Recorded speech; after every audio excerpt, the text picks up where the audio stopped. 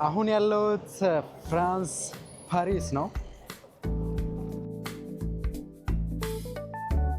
የ7 ሰዓት በረራ ነው ከአዲስ አበባ ፓሪስ።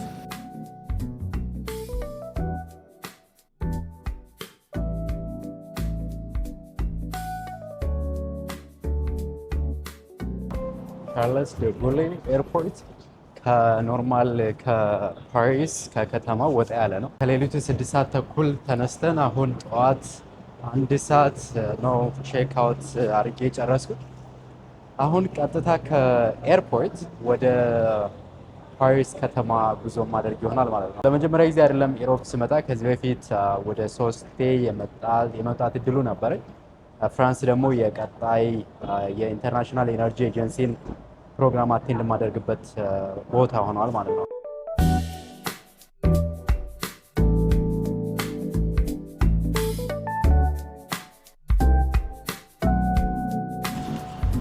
Welcome to Paris, my friend. Thank you so much.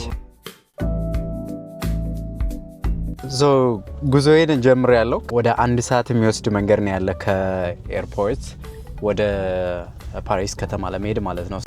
ለአጭር ጊዜ የኢንተርናሽናል ኤነርጂ ኤጀንሲ የተዘጋጀ ኮንፈረንስ አቴንድ ለማድረግ ነው የመጣሁት። አሁን ካለሁበት ከኤርፖርት እስከ መሄድበት ቦታ ድረስ ደግሞ የ1 ሰዓት መንገድ ይወስዳል። ስለዚህ እዛ ሄዳለሁኝ።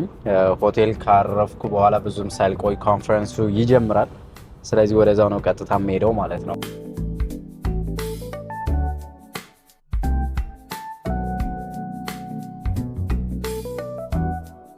አሁን ወደ ኢቨንቱ እየሄድኩ ነው፣ ግን አት ዘ ሴም ታይም ደግሞ ላፕቶፕ ላይ ስራ እየሰራሁ ነው። ምክንያቱም ልክ ሆቴል እንደደረስኩኝ ተመልሼ መሄድ ያለብኝ ወደ ኢቨንቱ ነው። ኢንተርናሽናል ኤነርጂ ኤጀንሲ ነው የሚሄደው። እዛ ከሄድኩ በኋላ ደግሞ አቴንድ አደርጋለሁኝ። አቴንድ ካደረኩ በኋላ ደግሞ የእኔም ማቀርበው ንግግር አለ።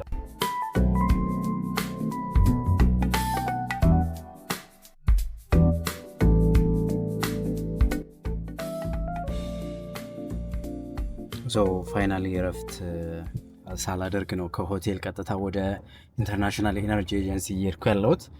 ስለዚህ በጥቂት ደቂቃዎች ውስጥ እዛ ደርሳለሁኝ። ከዛ በኋላ ፕሮግራሙን አቴንድ ማድረግ ይሆናል ማለት ነው። ኤክሳይቲንግ የሆነ ቀን ነው የሚሆነው፣ ምክንያቱም ከረጅም ጊዜ በኋላ ኦልሞስት ከ13 ዓመት በኋላ አቺቭ የተደረገ ጎል ስለሆነ ማለት ነው። አም ሉኪንግ ፎርዋርድ በምን አይነት ፕሮግራሞች እንደሚኖሩ። ትልልቅ ሚኒስትሮች አሉ፣ ትልልቅ የኢነርጂ መሪዎች አሉ፣ ትልልቅ ዓለም አቀፍ ሊደሮች አሉ። በዛ ውስጥ መገኘት እድለኝነት ነው። አይ ዊል ሲ ምን አይነት ፕሮግራሞች እንደሚኖሩ።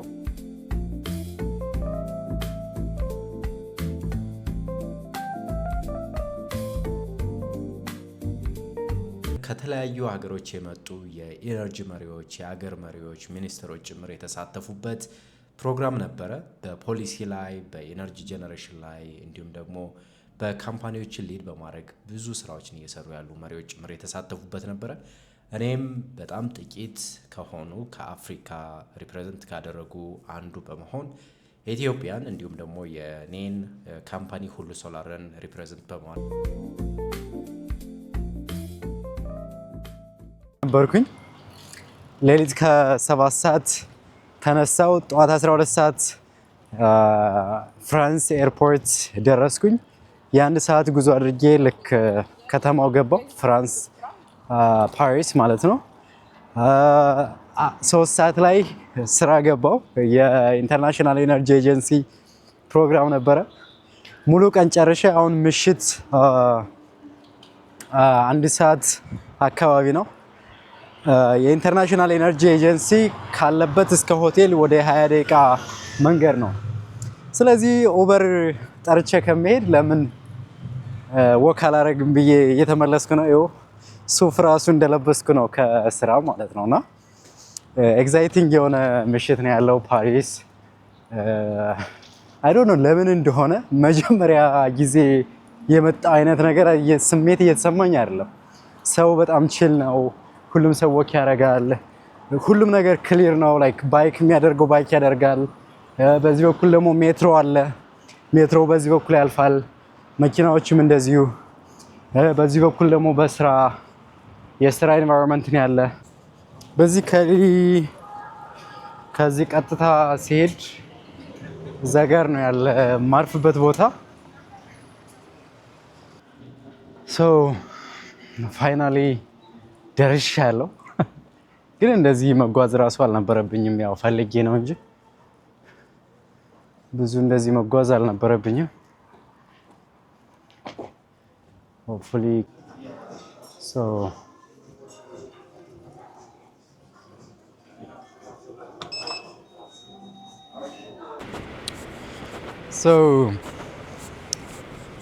አንድ ወዳጄ ሲመክረኝ ምን አለኝ፣ ፓሪስ የምትመጣ ከሆነ ማድረግ ካለብህ ነገሮች አንዱ ወክ ማድረግ ነው። ምክንያቱም እንደ ፓሪስ መንገዶች በጣም የሚመችና ወክ ለማድረግ የተመቻቸ ቦታ አታገኝም። ስለዚህ እኔም ደግሞ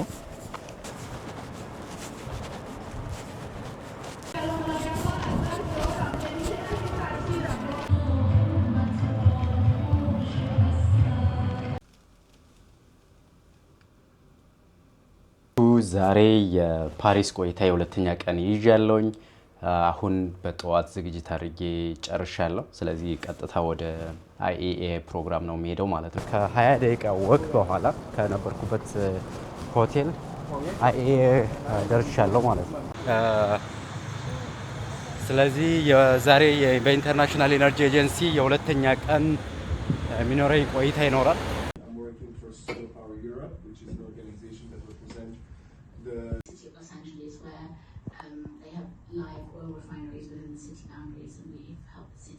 ያው ሁለት ቀን ፕሮግራም ጨርሻለሁ።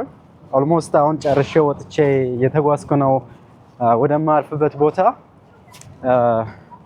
ሉክ አት ዲስ ፕሌስ። በዚህ በኩል ደግሞ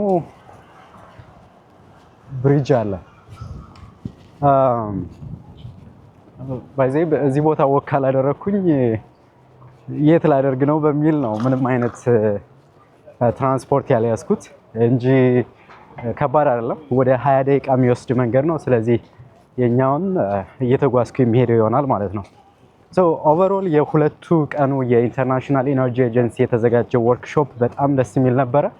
የሚገርመው አብዛኛዎቹ የትልልቅ ካምፓኒ ባለቤቶች፣ የሀገር ሚኒስተሮች በኢነርጂ ሊደርሺፕ ላይ ትልልቅ ኢምፓክት እየፈጠሩ ያሉ ሰዎች ናቸው ያሉት። በዛ ውስጥ ተገኝቶ ሀሳብን ማካፈል ቀላል ነገር አይደለም። እሱን እድል ነው የሚያገኘውት። አሁን ያለሁት ኢንተርናሽናል ኤነርጂ ኤጀንሲ ሄድኳርተር ፓሪስ ነው ያለሁት። ኢንተርናሽናል ኤነርጂ ኤጀንሲ ኢንተርገቨርንመንታል የሆነና ብዙ ስራዎችን የሚሰራ ኦርጋናይዜሽን ነው። አይኢኤ ፊውቸር ኤነርጂ ስኪልስ ወርክሾፕ ለሁለት ቀናት የተካሄደና ከመላው ዓለም የኢነርጂ መሪዎች አንድ ላይ መጥተው ፖሊሲ መከሮች፣ ሪሰርቸሮች የተገኙበት ነበረ። እኔም ወጣቶች ምን አይነት ኢነርጂ ስኪል ነው የሚያስፈልጋቸው፣ በተለይም ደግሞ በአፍሪካ ደረጃ ከ500 ሚሊዮን በላይ የሚሆኑ ሰዎች ኢነርጂ አክሰስ የላቸውም። በኢትዮጵያ ከ59 ሚሊዮን በላይ የሚሆኑ ሰዎች መብራት የላቸውም ወይም አክሰስ ቱ ኢነርጂ የላቸውም። ከነዚህ ውስጥ ደግሞ ወደ 35 ሚሊዮን የሚሆኑት ከ5 እስከ 50 ኪሎ ሜትር ከግሪድ ኮኔክሽን ወይም ደግሞ መብራት ካለበት አካባቢ ርቀው ነው የሚገኙት። ምን አይነት ሶሉሽኖች ናቸው፣ ምን አይነት መፍትሄዎች ናቸው የሚያስፈልጉ የሚለውን ያቀረብኩበት ሁኔታዎች ነበሩ። ሁሉ ሶላር የሚል ካምፓኒ አለ። በሁሉ ሶላር ላይ ሶላር አምባሳደርስ ፕሮግራም በሚል ወጣቶች ሶላር ላይ ሃንድ ኦን ኤክስፒሪየንስ ወይም ደግሞ ፕራክቲካል የሆነ ልምድ ስልጠና እንዲኖራቸው ያደረግንበትን ፕሮግራም የማቅረብ እድሉ ነበረኝ። ከዚህም በተለያዩ አገሮች የተለያዩ ተሞክሮችን በአውሮፓ፣ በአሜሪካ፣ በተለያዩ የአፍሪካ ሀገሮችም ያሉ ልምዶችን የተጋራውበት ቆይታ ነበረ። ከረጅም ጊዜ በኋላ እንደዚህ አይነት ኦርጋናይዜሽን ላይ ኢንተርናሽናል ኦርጋናይዜሽን ላይ እንደዚህ አይነት ኦፖርቹኒቲ በማግኘቴ እጅግ በጣም ደስተኛ ነኝ። እዚህ መምጣትና እንደዚህ አይነት ፕሮግራሞችን አቺቭ ማድረግ በጣም ቀላል አይደለም። ከዚህ በኋላ ደግሞ እዚህ የተማርኳቸውን ነገሮች ወደ መሬት በማውረድ ብዙ ስራዎች እንደምንሰራ ተስፋ አደርጋለሁ። ይህ ወርክሾፕ ምን አይነት ስራዎችን ለወጣቱ ቢፈጠር ነው ወይም ደግሞ ወጣቶች ምን አይነት ስራዎች ላይ ነው ፍላጎት ያላቸው፣ መብራት ኢነርጂ የሌላቸው አካባቢዎች ኢነርጂ እንዲያገኙ ማድረግ የምንችለው የሚለውን ያየሁበትና የተማርኩበት ነበረ።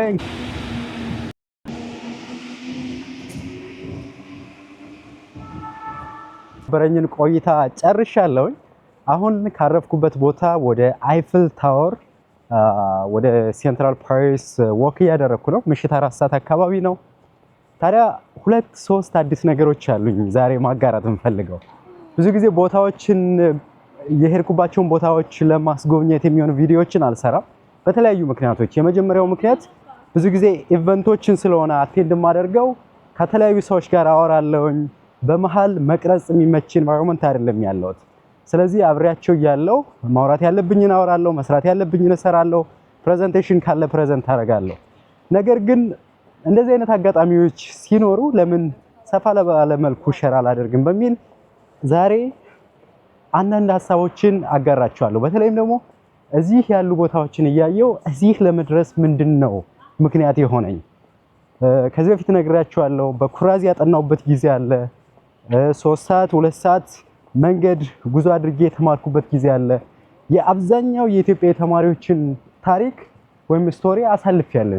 እዚሁ ነው ያለሁት። በዚህ በኩል የአይፍል ታወር አለ። በዚህ በኩል ወደ 15 ደቂቃ ወክ አድርጌ ነው የመጣሁት። ማርች ላይ ነው ልደቴና ሰሞኑን በዚህ ሳምንት ውስጥ ልደቴ ነው። የዛሬ ዓመት ኤግዛክትሊ በዚህ ሳምንት ባርባዶስ የምትባል ሀገር ምናልባት የባርባዶስ ጠቅላይ ሚኒስትር ሚያ ሞትሊ ብዙ ጊዜ በኢነርጂ ላይ በተመለከተ ስትናገር ንግግሯን አዳምጣችሁ ሊሆን ይችላል። በፓን አፍሪካን ላይ የተያዙ ነገሮችን ጠንካራ ንግግሮችን ስታደርግ ልታውቁት ይችላላችሁና የዛሬ ዓመት ኤግዛክትሊ በዚህ ሳምንት ባርባዶስ የሰፎር ኦል ወይም ደግሞ ሰስተነብል ኤነርጂ ፎር ኦል የሚል ኮንፈረንስ አቴንድ ለማድረግ እዛ ነበርኩኝ። ከዓመት በኋላ ኢንተርናሽናል ኤነርጂ ኤጀንሲ ፕሮግራምን አቴንድ ለማድረግና ዝም ብሎ የመጣ አይደለም። በጣም ረጅም ጊዜ ከ10 ዓመት በላይ የሰራውበት ስራ ነው ነበረብኝ። በጣም ነው የሚገርመው። በጣም ልሳሳት ትንሽ ሲቀረኝ ነው ማየውና ልምድም ያስፈልጋል ይሄንን ቦታ ለመጎብኘት። ኤኒዌይ እስኪ በዚህ በኩል አለ በጎን ነው ወር። ግን አሁን ፕሮግራሙንም ስለጨረስኩኝ ዛሬ ዞር ዞር እያልኩኝ ፓሪስንም እናያለን። ከዛ ውስጥ ግን ከተማውን አሳይቼ ብቻ መተው አልፈለኩም። እዚህ ለመድረስ በጣም በርካታ ነገሮች አልፈዋል። እኔ በተለያየ አጋጣሚ አይታችሁት ከሆነ ከዚህ በፊት አላያችሁት ከሆነ ንቁ ፖድካስት የሚል ላይ ቀርቤ አውርቼው ነበረ። ተወልጄ ያደግኩት ገጠር ነው። ለሃይ ስኩል ትምህርት ነው አዲስ አበባ የመጣሁት። ከዛ በፊት እድል ከሌላቸው ወጣቶች አንዱ ነበርኩኝ። 1 ሰዓትና 2 ሰዓት ጉዞ እያደረግኩኝ ነበረ ትምህርት ቤት የሚሄደው። በኩራዝ ከሚያጠኑ ተማሪዎች አንዱ ነበርኩኝ ባትሪና ሬዲዮ ከመጠገኔ በፊት። ያኔ ግን ባትሪና ሬዲዮ መጠገን ስጀምር፣ ኮሚኒቲን ማገልገል ስጀምር ለኔም ትምህርቴን መማር የምችልበትን እድል ማታ እንኳን ለማጥናት መብራት እንዳይስቸግረኝ የሆንኩበት በዛ ምክንያት ነው። ከዛም አልፎ ለትምህርት ስመጣ መጀመሪያ ያየሁት ነገር የመጀመሪያው 15 ዓመት ገጠር ስኖር 16 ዓመት ገጠር ስኖር በጨለማ ውስጥ የኖርነውን እድል ሳይኖር ቴክኖሎጂ ሳይኖር ኮሚኒኬሽን ሳይኖር በቅንነት ዝም ብለን የምንኖርበትና በብዙ ፈተናዎች የተሞሉ ኑሮዎችን ያስተዋልኩበት ሁኔታ ነበረ። ያንን ደግሞ መቀየር የምንችለው ማሻሻል የምንችለው እኛ ነን።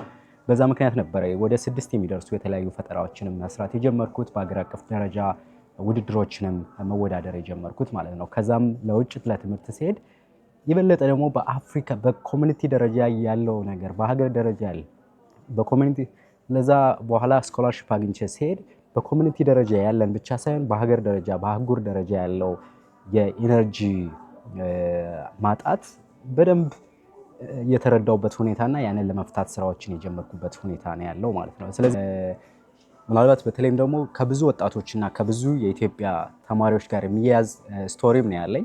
ተወልጄ ያደግኩት ገጠር ነው። ለሃይ ስኩል ነው አዲስ አበባ የመጣሁት። ከዛ በፊት ቴክኖሎጂ የሚባል ኮሚኒኬሽን የሚባል ኢቭን ጥሩ ትምህርት የሚባል እድሉ አልነበረኝም። ነገር ግን ቴክኖሎጂውን ሳቀው እድሉን ሳገኝ ወዲያውኑ የተረዳሁት የነበረው ሳድግ ያሳለፍኳቸውን ፈተናዎችና ብዙ ወጣቶች ዛሬም እያሳለፉት ያለው ነው እና ያንን ለመፍታት በሚል ነው ፈጠራ ስራዎችን መስራት የጀመርኩት። ባለፉት 4 ዓመታት በዩኒቨርሲቲ ቆይታዬ ብቻ ወደ 10 ሀገሮችን ነበር የሄድኩት። ባለፉት 2 ወር ብቻ 2 ሀገር ነበር ሄጄ እንደዚሁ ሪፕሬዘንት ያደረግኩት። ባለፈው 3 ሳምንት በፊት ብራዚል ነበርኩኝ። አሁን ደግሞ ፍራንስን ያለሁት በኢነርጂ ላይ ትኩረት አድርጌ በግብርና ሰስተናቢሊቲ ላይ ትኩረት አድርጌ ነው እየሰራው ያለሁት እና እሱን ነገር እንዴት ላደርገው ቻልኩኝ፣ ወደፊትስ ምንድነው ማድረግ እንፈልገው የሚለው ማጋራችሁ ይሆናል። አብራችን ቆዩ።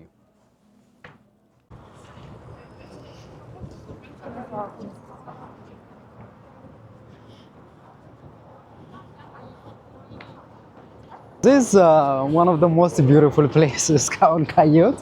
ምክንያቱም በዚህ በኩል is Eiffel Tower፣ በዚህ በኩል ደግሞ ብሪጅ አለ። ሁለቱንም የምናየው ይሆናል።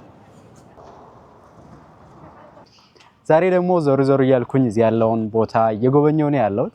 በዚህ ውስጥ እዚህ ከመጣሁ በኋላ የተረዳኋቸው በርካታ ነገሮች አሉ እና ከነዛ ውስጥ አንዱ በጣም በህይወታችሁ የምትወዱትን ነገር ለመስራት ስትፈልጉ ብዙ ፈተናዎች ያጋጥማሉ። እነዛ ፈተናዎች ታልፈው ግን እንደዚህ አይነት ቦታዎች ላይ ከራሳችን አልፈን ለሌሎችም ቮይስ መሆን የምንችልበትን ሁኔታ ማየት ሲቻል በጣም ነው ደስ የሚለው።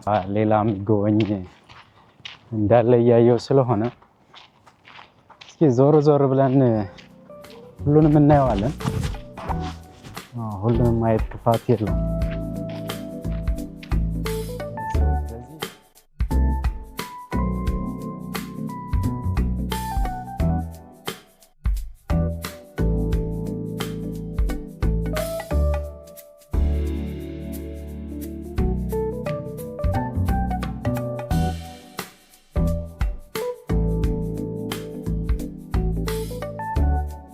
በጣም የሚገርም ቆይታ ነበረ። የፕሮግራሙን ጨርሻለሁኝ። ከዚህ በተጨማሪ ደግሞ ለተወሰኑ ቀናት ኤክስተንድ ስላደረግኩት በሚኖረኝ ቆይታ ሙዚየሞችን እና አንዳንድ ቦታዎችን እጎበኛለሁኝ። በሰፊው ደግሞ ወደፊት በማደርጋቸው ጉዞዎች የተለያዩ ቪዲዮዎችን ሼር ማድረግ ይሆናል። ቴንክ ዩ ፎር ዋቺንግ።